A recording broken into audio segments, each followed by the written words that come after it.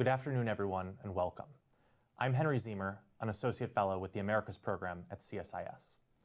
Thank you for joining us today for an event on countering the criminal drone threat in the Americas. Before we formally get started, let's begin by taking care of logistics. This event will last approximately 60 minutes. Following the panelists' opening remarks, we'll transition to a moderated discussion. And please note that a recording of the live stream discussion will be made available on the event webpage following the event. Again, thank you for joining us. I'm going to begin with sharing a video and a bit of a panorama on what we'll be talking about today. The video that I'm about to show you doesn't come from the front lines of Ukraine or another high-intensity conflict, but a different type of fighting altogether. You can see here footage of the United Cartels in Mexico using a drone drop munition against vehicles that belong to their rival, the Jalisco New Generation Cartel, just along the border between Jalisco and Michoacan states in Mexico. Attacks like these underscore the growing use and role that drones play for criminal networks in Mexico. Indeed, the country has been at the leading edge in illicit drone use, not just as a weapon against the state and rivals, but also as a means of intimidating and pressuring the civilian population.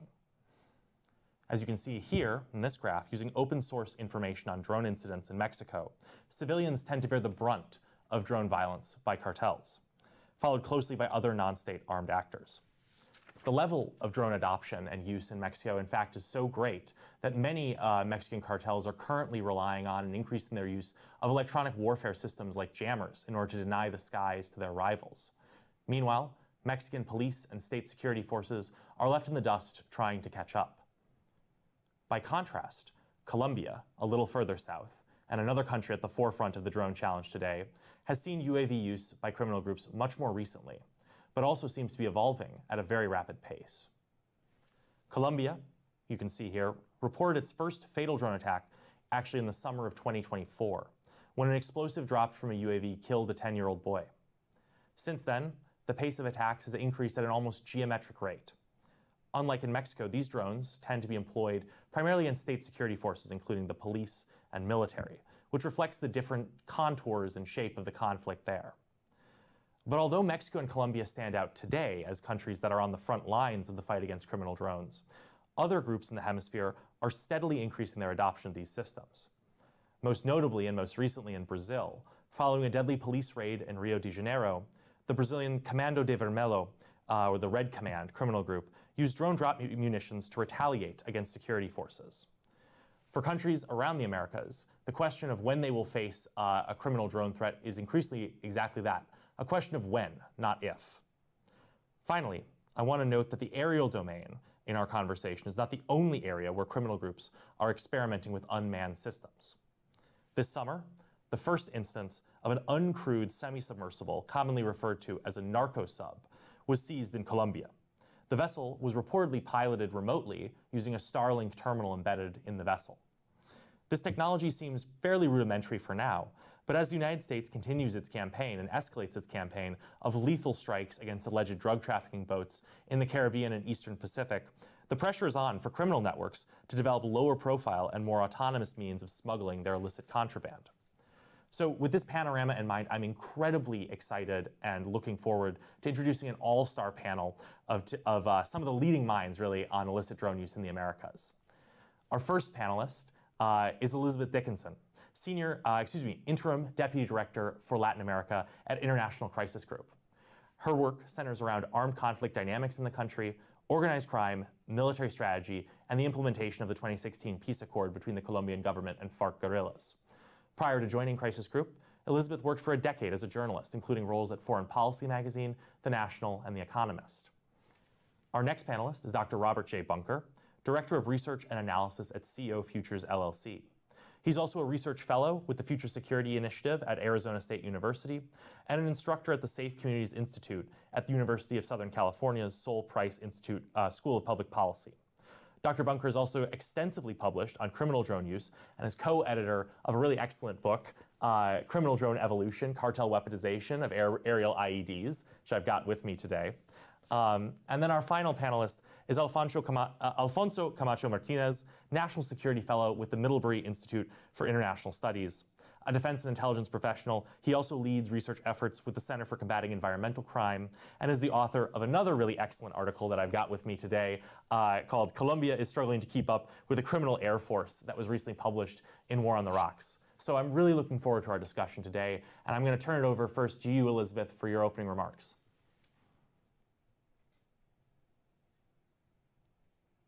Oh, I think you might be on mute. Sorry.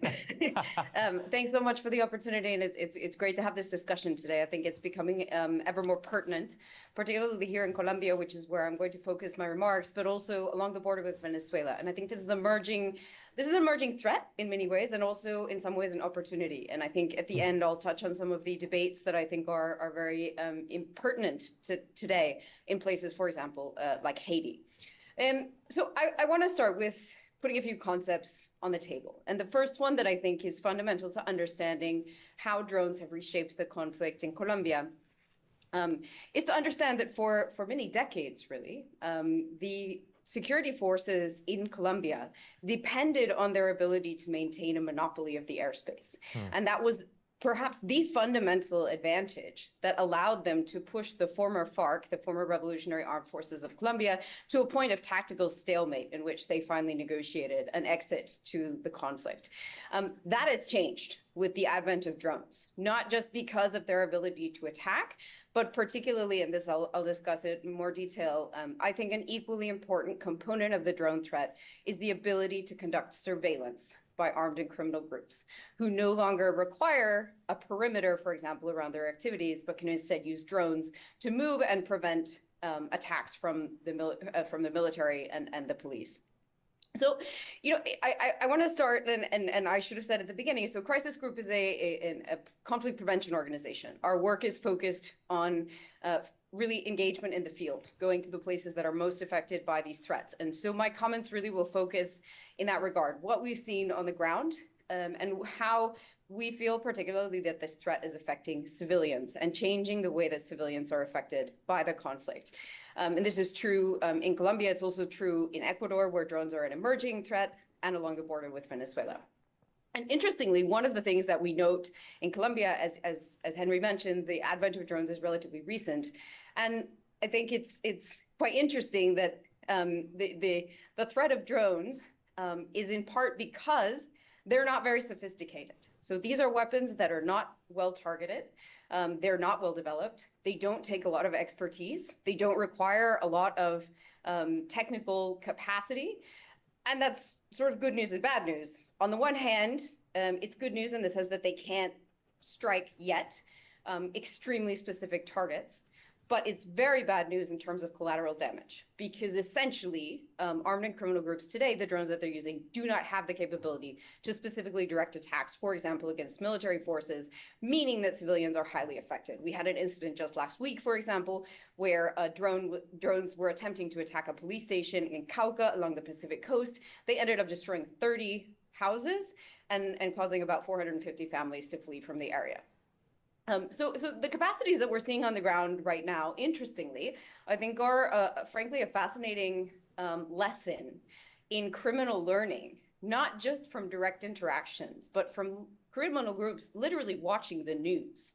We hear on the ground that sort of the buzz around the use of drones in Ukraine was one of the things that sparked the criminal groups in Colombia to look at how they might be able to employ this technology. And interestingly, the majority of the devices that are being used are bought on the commercial market. So we're not talking about specific defense-focused drones. We are talking about drones that are bought commercially and then armed with weapons or surveillance equipment. And here we have a very interesting synthesis between the new and old capabilities of armed and criminal groups. The pioneers of this technology in Colombia really are a dissident group of the former FARC, known as the Estado Mayor Central, or EMC. And essentially what this group has or maintains is an expertise in explosives. An expertise in explosive that they have now deployed to perfect a drone capability. So the process is very simple. Buy a drone on the commercial market, use existing explosives technology, much of which frankly dates back several decades. So not, again, sophisticated technology, but merging those two things and deploying them in the field. When these arms are deployed, as I mentioned, they have very little, they're very indiscriminate. They have very little capacity for specificity. The other use, and I think, again, for me, this is in many ways the more transformative aspect of breaking the air monopoly on the part of armed and criminal groups, is the issue of surveillance. So I'll give you a very concrete example. Armed commanders of a specific group with a presence in the Amazon region use drones when they travel along a fluvial route, so along the river. They'll send one drone about 200 feet in front of them and a drone 200 feet behind them. And this allows them to move in the river without running into the Colombian Navy. Because essentially they are able to prevent these confrontations without being noticed and without having to have the ground presence in order to consolidate a control that would facilitate their movement at that level without drone technology. So essentially what this has also done is leapfrogged the ability of armed and criminal groups to control territory and to prevent incursion from armed and criminal groups. I think another important group to mention here is, of course, the National Liberation Army, the ELN. The ELN is Colombia's last remaining traditional leftist insurgency and has expanded dramatically in recent years, controls much of the perimeter between Colombia and Venezuela at the moment, particularly on the Venezuelan side, where it does enjoy safe haven. And it's on that side of the border where we've really seen the drone expertise developed.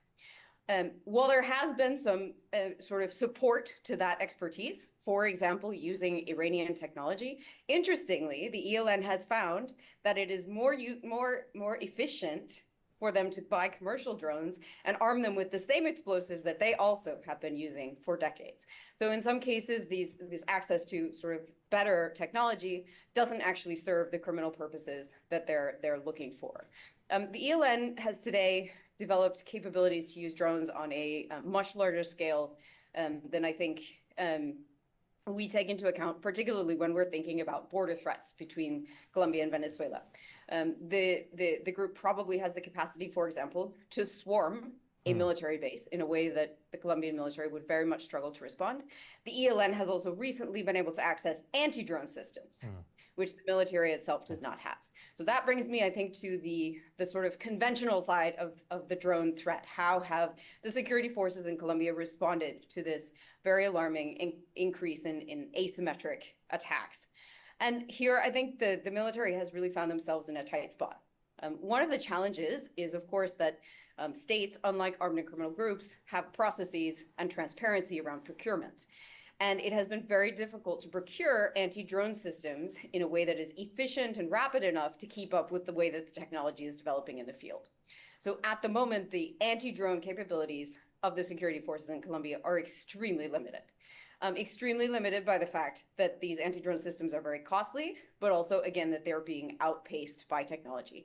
We just last week actually saw the first implementation as well of a military brigade within Colombia that will plan to use drones in similar ways to attack specific targets and also to conduct surveillance. So there is a sort of learning curve here, but we find ourselves in this perpetual challenge of the cat and mouse game between criminal groups and law enforcement seeking to sort of catch up to the way that the conflict has evolved. Let me turn now to the way that these drones affect communities. And here's really where I really want to emphasize that drones are an indiscriminate weapon, at least in the way that they are being used in Colombia and on the Venezuelan border. Indiscriminate because they're not sophisticated enough to have a specific targeting mechanism. And in many cases, we've seen these drones affect schools, houses, people who happen to be at the wrong place at the wrong time. As Henry mentioned, the target of many of these attacks, particularly from the FARC dissident group, the EMC I mentioned, has been military and police stations or positions. However, these are often located in very populated areas next to the civilian population, who end up being sort of the collateral damage from this very dangerous weapon. We would describe drones in that sense as just as indiscriminate as landmines in affecting their victims. And I think this is one of the main concerns that we have in terms of the humanitarian situation and the urgent need to find a way to sort of slow down the pace of this technology infecting the conflict. No, I think maybe I'll finish with two things. I want to mention two risks that we see going forward. And then I want to discuss some debates that I think are coming down the pipeline across Latin America. So the first risk that I think we see is really the risk that the drone technology from armed and criminal groups outpaces the state to the extent that they could be used for serious infrastructure attacks, attacks on military bases, or swarming, in a sense, to create a situation that would be very difficult to confront with the existing military capabilities. I think this is particularly pertinent in the context of tensions between the United States and Venezuela. We strongly believe that if there were to be a military operation inside Venezuela, the ELN would respond and probably deploy drones as part of its response. And that could happen inside Colombia or it could happen in Venezuela. And we should not underestimate the capabilities that they have developed and the asymmetric capabilities with drones. I think another emerging threat is the sophistication of these systems. It's very clear that armed and criminal groups are investing in improving their technology, not from acquiring it elsewhere, but from learning it themselves. For example, we know that the EMC has devoted specific groups of recruits to working on perfecting drone capabilities. And in many cases, these are minors of age. Child recruitment, a number of these sort of older children, 15, 16, 17, who are seen as tech savvy are directed into this line of business and are sort of working to, learn from YouTube and the dark web how they can perfect this technology. This is obviously a threat because it's involving minors of age, first of all, and essentially using them as sort of dispensable combatants to work with very dangerous explosive technology, but also because of the potential it has to accelerate the technology. For example, the range of these drones, if they could travel further before deploying their load. The last thing I want to say is I think the flip side of this debate is something that we're seeing in Haiti right now. Haiti, obviously, a security situation that is deeply troubling and has defied all international attempts thus far to confront it and to rein in gang violence. And one alternative that has emerged is the use of drones against some of the gangs. I think this is something we all need to start debating. I think it's a normative question. It's also a tactical question. It's a question of sort of cost and benefit. And I think fundamentally civilians have to be in the front of that calculation. What would the impact be on the communities, as well as what would be the impact on security forces if we decline to use some of these technologies available to us? So I will stop there. Thanks, Elizabeth, so much to chew on. I'm particularly reminded, and I appreciate you for clarifying, even though we see a lot of the attacks being directed at military installations, it's civilians who bear a disproportionate share of the brunt of the impact. So thank you for that. Dr. Bunker, over to you for your opening remarks. Okay, great. Thanks for having me. Are we on screen share here? Not yet. There we go. Perfect. Okay, perfect. We got you. Yeah, Robert Bunker. I'm with CO Futures. We provide support to the United States government and allied governments. A little bit about my background. I'm kind of an applied theorist, military historian, political scientist, but really I focus on counter-opposing force activities, gangs, cartels, terrorists, insurgents, and states. I've been involved in counterterrorism in academia since the mid-1990s. I'm kind of an old guy, I guess. I've been looking specifically at weaponized drones, commercial weaponized drones, hobbyist drones, since the early to mid-2000s. I was doing that in my capacity with the FBI and the Army War College. Looked at a lot of the early TTPs, kind of virtual martyrs, a whole bunch of concepts. And initial work I did was on terrorist and insurgent use for the War College back in 2015, where I was doing some of my concerns about the emerging threat and the projections. I worked on Islamic State youth study early on, and I've done quite a bit of work on the Mexican cartels. Background in red teaming, counter UAS programs, facility and operational areas. Kind of as far as a triangle, it's research publication.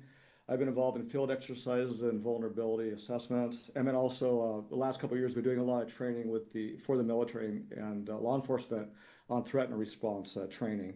And then I did the criminal drone evolution work with John Sullivan, which was mentioned earlier, and then some other various publications. What I would like to do is contextually hit you with a couple of levels here. One is the crime war operational environment where these systems are used. I think Haiti would be a great example that was brought up where, it's crime, but it's also war. And these are the operational environments that we have that the state struggles from the law enforcement side and the military side. It's that gray zone that we're dealing with where you ultimately have third generation gangs. It's kind of the playgrounds of terrorists and mercenaries. And it's something that's existed for some decades now. I don't think it's getting any better. And at least from my perspective, I think it's more of an operational threat because we should have been able to put this environment to bed, long time ago. So I'm going to kind of kick this up to the strategic level next. And I think we have correlations where this environment has existed over time. So ultimately, kind of the construct that I use is the epochal change construct. I developed it with a professor back in the late 1980s. And once I kind of developed this with him and we saw it, we couldn't unsee it. So ultimately, I think we're in a situation which is way beyond this concept of a revolution in military affairs, which is operational in level 20s and 30s. We're at the point where we're going from like the classical to the medieval or the medieval to the modern. I think the shift is that large. We're seeing the emergence of new war-making entities like the Islamic State, Al-Qaeda. We're seeing this happening now with the cartels and the gangs of the Americas from a networked perspective. We're seeing the criminal non-state fielding of these technologies. Something else that I don't think we realize is that mercenaries are returning to the battlefield in mass. This is not something that we've really seen for hundreds of years. And mercenaries on one level will fight for states, the executive outcomes, the Blackwaters, the Wagner group for the Russians, but the mercenaries will also fight for the non-state groups, the criminal groups, the Al-Qaedas. So you're really starting to see that hit home, especially with the Colombians in Mexico now. Another perception is UAS are actually flying computers. They're more advanced than traditional or modern era military technology and weaponry. At the same time that this is taking place, our old weapon systems, tanks and manned aircraft, are becoming ritualized, if not in some cases obsolete. We know what the life expectancy of a lot of the battle tanks are on the Ukrainian front right now. We're seeing human command and control, currently for the UAS, weaponized UAS systems, but ultimately, AI is coming more into this. We're literally dealing with the beginnings of a civilization which is based upon directed energy weaponry or foundation. It goes beyond our old mechanical energy systems. And for me, as kind of trained as a military historian, it's interesting because it reminds me of the old pike and shot integration coming out of the Middle Ages into the early modern period, where you're taking the old medieval weaponry and you're bringing in the modern weaponry. We're seeing the same thing happen here, where you have the modern weaponry with the postmodern weaponry kind of being brought in over it. So that's really the level I think that we're looking at. And this is my last slide here. These are kind of my projections for Mexico, because that's where I feel comfortable with a lot of my research. We're already in the phase 1 and phase 2 stages with the cartels, where initially they put IEDs on their drones, but it was kind of clunky first person, third person stuff. Then aerial bombardment really took over, and this is kind of patterns that I had seen years ago with the Islamic State. Now, all of a sudden, in the last 6 months or so, we're seeing the first person view kamikaze capabilities and the fiber optic capabilities coming into Mexico. But we're really just at an indications and warnings level right now. It's not a done deal, but you're starting to see this emerge. But what I think is going to be happening farther out is, we're going to see small arms put on the systems, not only in Mexico, but of course in Colombia and the other areas. The Ukrainians did this back in September of 24. I think we're going to see jailbroken RPGs on the systems, and that's going to be a pretty devastating potential when that hits. And that was used actually initially by the Islamic State back in 2016, and the Ukrainians and Russians have been using that. And then, of course, as we all know, and we all kind of debate this stuff, is artificial intelligence is coming into play. Very limited right now with the Ukrainian use from what I can see. And then that's also going to tie into the swarm use. And we'll also have kind of the swarm use a little bit from the human side where they're trying to team it. We're also seeing the arson attacks that were mentioned. It's happening in Mexico. And then we're having like the Jalisco cartel playing around a little bit with chemical weapons use, but it's mostly for PSYOPs purposes. Once again, the Colombians are coming into this, And in fact, the first cartel Jalisco IED drone was a Papa Bamba, which is more of the FARC model. We're also seeing the experimental to institutionalized process take place with the cartels. I'm seeing the integration of the drones into their commando units, their improvised armored fighting vehicle units. And more cartels are getting into kind of this game.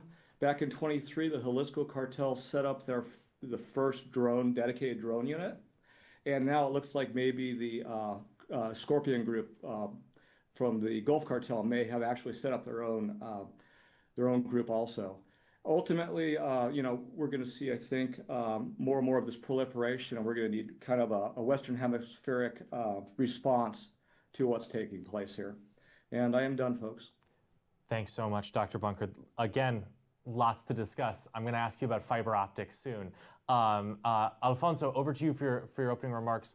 And if I can throw it out there, we've heard a lot about the challenges. I'm going to challenge you the million-dollar question. Any ideas on what the solutions might be?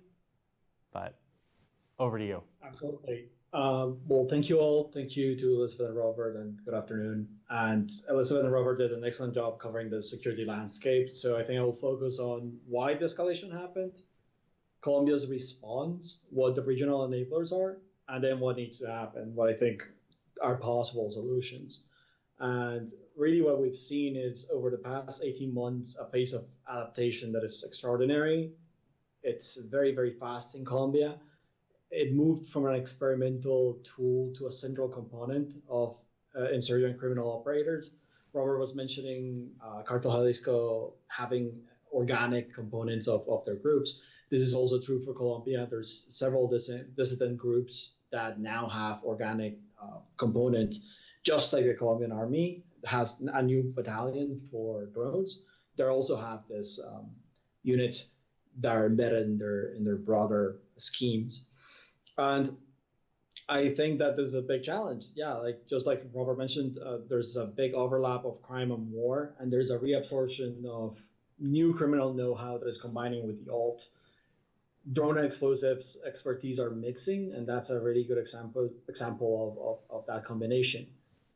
There's a lot of ingenious use of what criminal groups have, going back to FARC initial use of gas containers for explosives. They created this the first kind of rudimentary artillery bombardment. They used to do it with gas containers before they had actual artillery available. And that's a very concerning situation when you bring in these new technologies that are really just incredibly disruptive.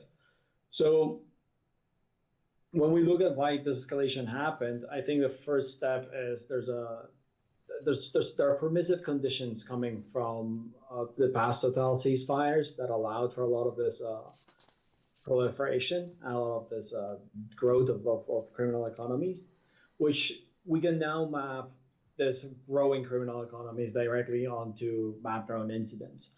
The biggest corridor of drone attacks in Colombia right now is a big part of Cauca, close to the Argelia region, which has one of the largest coca cultivations and illegal mining areas in the country. So basically anywhere where there's a lot of illicit output to be defended and protected, we're seeing a lot of drone activity. And Colombia's response to this has been fragmented and outpaced. It's been unfortunately not enough. Elizabeth mentioned this, there's the path of innovation is very, very, very fast, and Colombia hasn't been able to stay abreast of it. Air defenses have always been outdated, but now it's even harder because the vectors of attack are so many. And the procurement is decentralized, it's slow, it's really reactive. So unless that's fixed and it is integrated in a more horizontal way, it's going to be really, really difficult to make it a blanket solution for the country. And then there's no unified doctrine. There's no clear rules of engagement. Different units have different approaches, and that makes it very, very difficult to grow out or scale to the entire country. Then there are the regional enablers, which is that one of them is that this isn't a purely Colombian problem. Mexico showed us the way, and Mexico showed criminal actors in Colombia the way. There were cartels in Mexico were the first ones to believe in their own manufacturing capacity, and they started armoring, engineering, tunneling, and that showed that there are self-reliant ways to advance these capacities. And now that's been translated into the rest of Latin America. And there's the role that Venezuela is playing, providing sanctuary, weapons and components to Colombian armed actors, and also spaces to train and to develop and to practice. And then there's the more minor role that countries like Ecuador provide by being a hub, a transit hub for drones and different parts. And it's not the only one, it's just a very porous border. And these are very, very easy, readily available, cheap, small, easy to smuggle hardware. So we get to the solution. What needs to happen? I believe that Colombia needs to move from improvising to a serious, strong doctrine and integration across the country, across all of its units.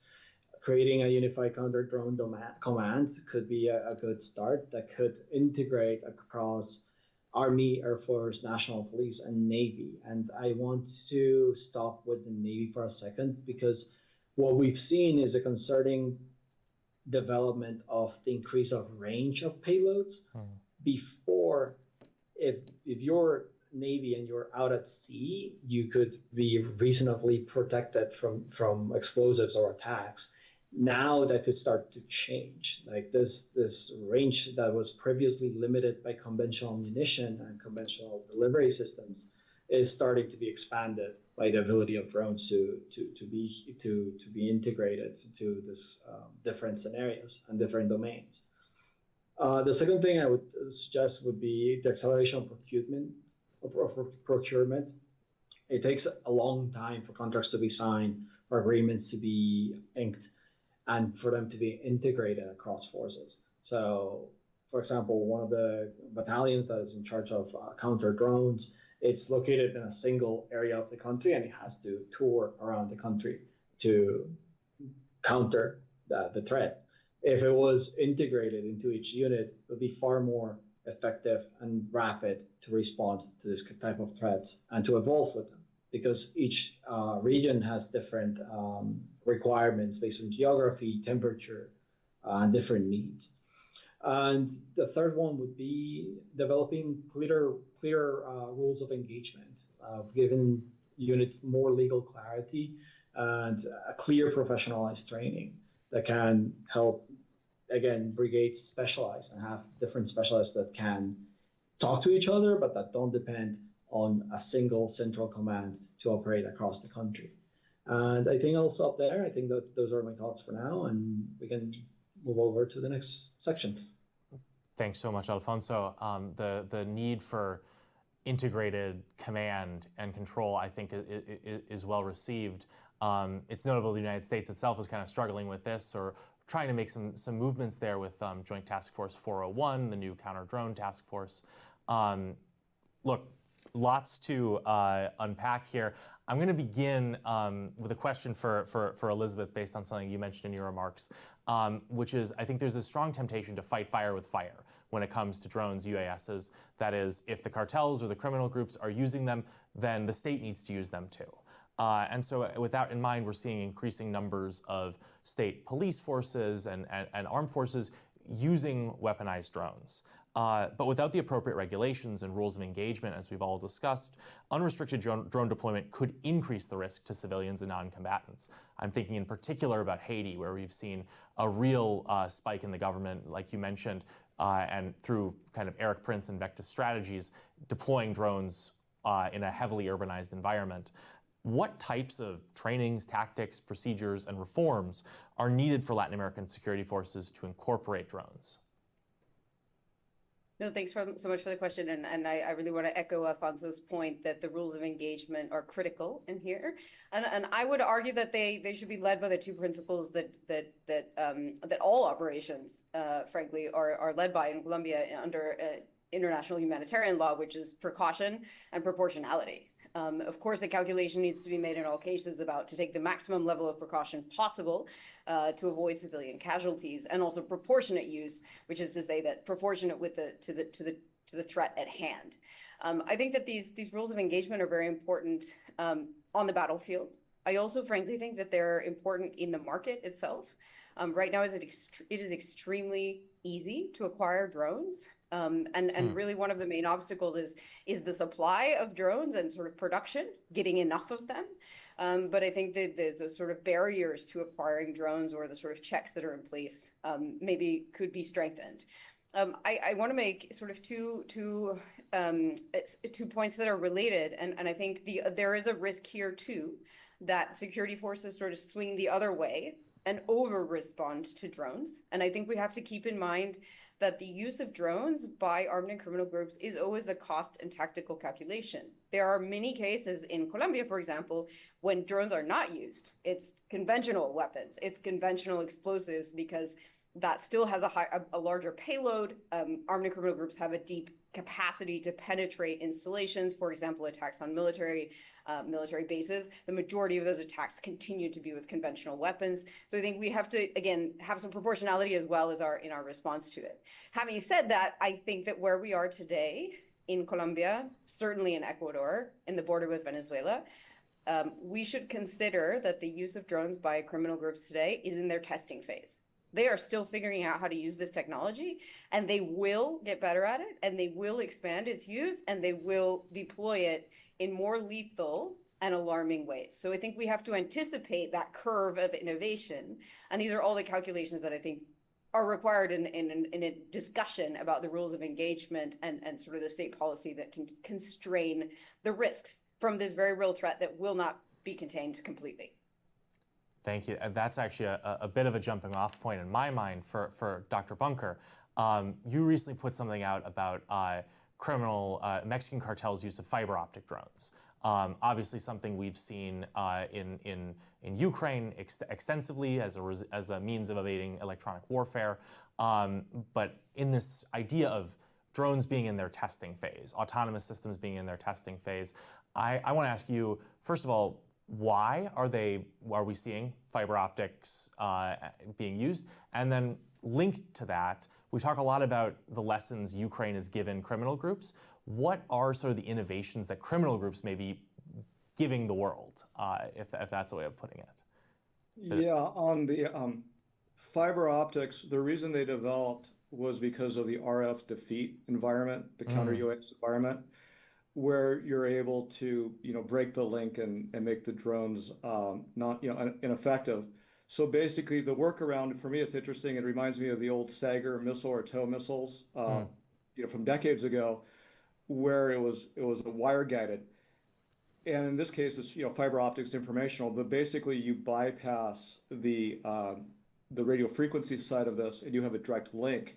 And what's amazing is that the spools that are being produced, a lot of these you can buy out of China, it was like 2 kilometers, 5 kilometers, 10 kilometers. It keeps going as far as the distances. But essentially, with a lot of your electronic countermeasures capabilities, unless you have a really, really high-end capabilities, you're not going to be able to affect these drones. That's of massive concern, not only as we're seeing a few of these in Mexico now, but also domestically in the United States, Europe, and other parts of Latin America, is they could potentially play havoc with your defenses. The other thing that's interesting is, the U.S. military is having to go through this right now. When we think of a drone, we think of a $40 million, high-end Reaper, or we think of a drone like, oh my God, we got down to 100,000 or 50,000. That's a cheap drone, right? Well, what the criminal groups are doing is they're coming with drones that are, commercial drones for $500, $1,000, or, in some cases are being put together for a few $100. And in a war of just sheer attrition, right?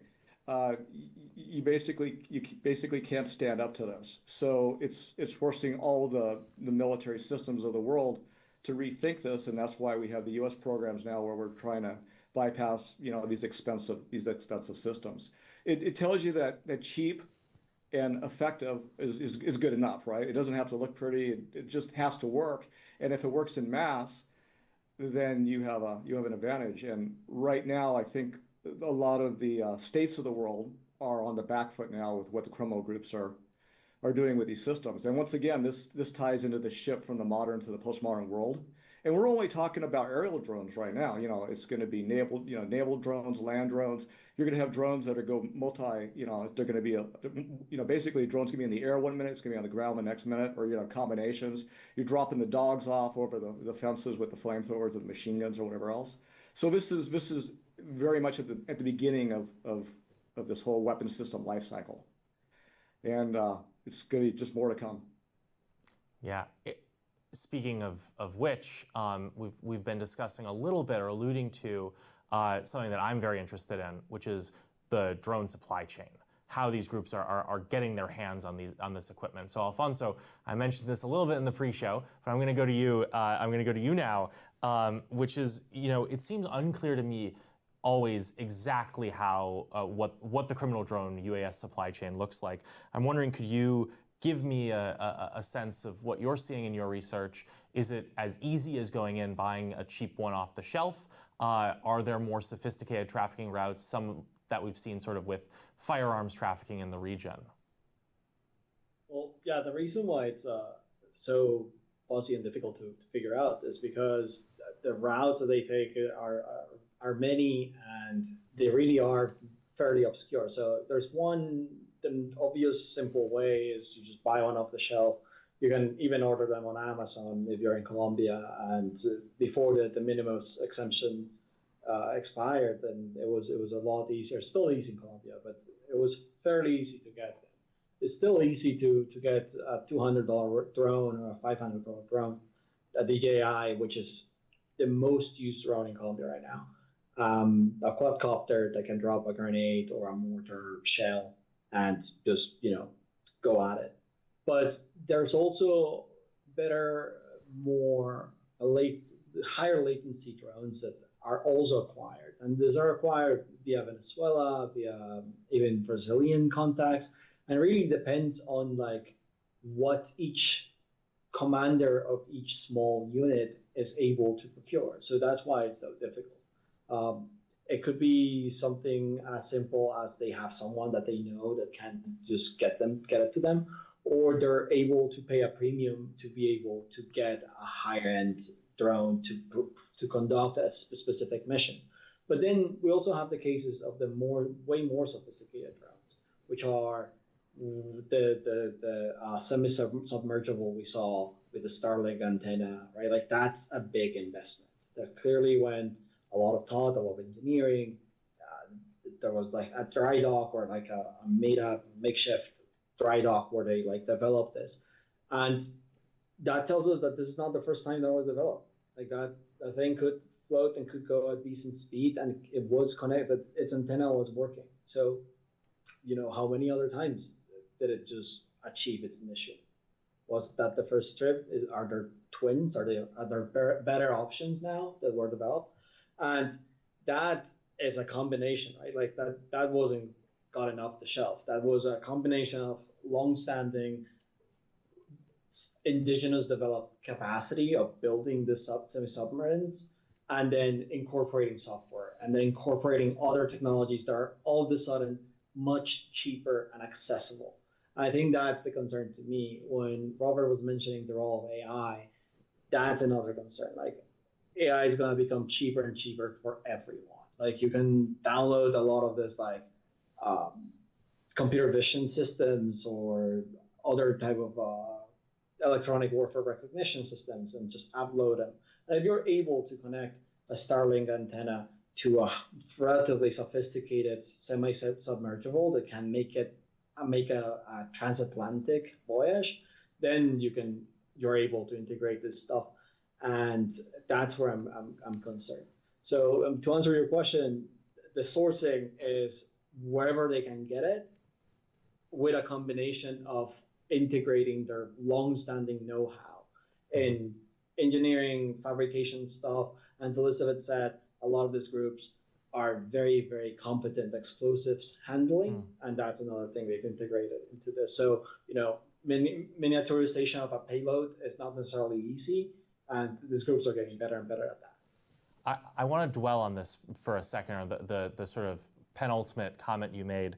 As I mentioned, we discussed earlier, July, the Colombian Navy seized a sort of uncrewed narco sub, seemingly the first documented case of a UUV, uncrewed underwater, maybe semi-submersible vessel in the Americas. We've been talking about kind of the expansion of drones from the air domain into other areas. I'll also note that there's some reports in Mexico recently of an uncrewed turret on a cartel improvised armored fighting vehicle. So I want to go kind of down the list now. Alfonso, Dr. Bunker, and Elizabeth, what do you see? Where do you see the evolution of drones going outside of airborne? In the water, do you think we're going to see more narco subs? Do you think we're going to see more ground vehicles? Where do you see this going in the near future? So Alfonso first, and then down the line. So for Colombia, I think that it's also a matter of cost considerations, right? Like if it becomes too expensive, a criminal group might choose not to do something and just go with a technique that they know well, that they can use. A car bomb, it's always been a way to approach a soft target. But there's also specialization, and if they need to maybe do a specific type of targeting, I do see the potential use of first person view drones being deployed, and the fiber optic cables directly linked to drones being used. And we haven't seen much of that just because the countermeasures are not there yet. But basically, we're 2 or 3 years behind Mexico's evolution. And I think Mexico is a really good gauge to understand where Colombia might go in the next 3 to 5 years. We'll see what the security stance is and how things are. I think Colombia is willing to invest in defense. They just put in something like $3 billion into a new order of fighter jets. That's obviously not going to help us in this domain, but you don't put that much money into a resource and then leave it unguarded. Like you need to also accompany it by whatever other countermeasures you can procure. I see that happening the next 2 years. Great. Dr. Bunker. Yeah, a few items. On those turrets on the narco vehicles, I was looking at them the other day, and I think they're highly suspect. I've been tracking a lot of their stuff. So right now, I'm not thinking that it's probably accurate at this point. In the future, maybe. I mean, you have miniguns on some of their armored fighting vehicles, so things can happen. A few other perceptions. We forget that on the Ukrainian Russian battlefronts, we're looking at millions of drones that are now being engaged, and we're over here talking in the Americas, about 1 or 2 drones there, a few hundred or whatever. But you can see the big picture potentials here with what's going on when you have millions of drones that they're burning through on those battlefronts. As far as other types of systems, I could readily see, I mean, I'd seen earlier videos on this where Jalisco was coming into a town. They had basically drones supporting them, so it's like a combined arms situation. Or you're seeing that with their commando armored forces, where it sounds kind of nuts. It's almost like a Clone Wars thing or something, but it's humans integrated with robots in an attack. And that's what we're starting to see in the Ukrainian battlefronts, where they even had one attack where it was all robots. So in Mexico, at some point, you're going to see a static turret. It's going to be a ground system. It might be a drone, whatever. But you're going to see this come in at bits and pieces as we're through this experimental phase. And there's going to be a lot of dead ends with this and stuff, but stuff's going to get institutionalized as you see more and more of the cartels in both Mexico, Brazil with the gangs, Ecuador, wherever else get into this. So it's basically it's a slow motion train wreck. That's what I think we're basically looking at this point. Not particularly encouraging. Elizabeth, add fuel to the fire. Yeah, I was reminded with the story about the narco sub on the one of the military bases in Tumaco along the Pacific coast here in Colombia. There's actually a museum of narco subs and the evolution of how they've changed over time. So I think we very much need to see this in the context of military innovation and criminal learning across a generation. And this is sort of the next level. It might be more of a leapfrog, but we need to look at it, I think, in that lens. Where are we going from here? Look, I mean, I think Robert mentioned something very important, which is that there are large numbers of retired military personnel from Colombia who are currently defense contractors getting on the ground experience in the conflict in Ukraine. And what they will learn from that, I think, is very important. Hopefully, the Colombian military can absorb some of the lessons for itself. We also have growing numbers of reports of criminal groups sending their own members to the same conflict to participate with the intention of doing that same learning. And I think there are two things that might emerge from that learning, from what we see so far. I think one of the very alarming areas where I would worry about drone use in Latin America is the attacks on infrastructure.